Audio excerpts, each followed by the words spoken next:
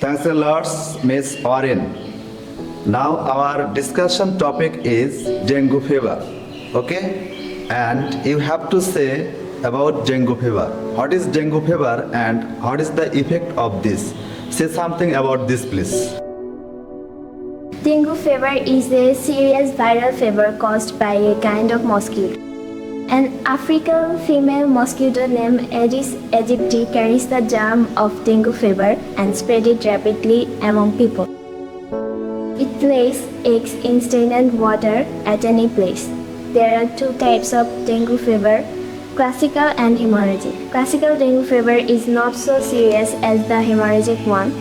The symptoms of classical dengue fever are high fever, vomiting, excess headache, stomach pain, pain at the joint of bones, waist and backside of eyes.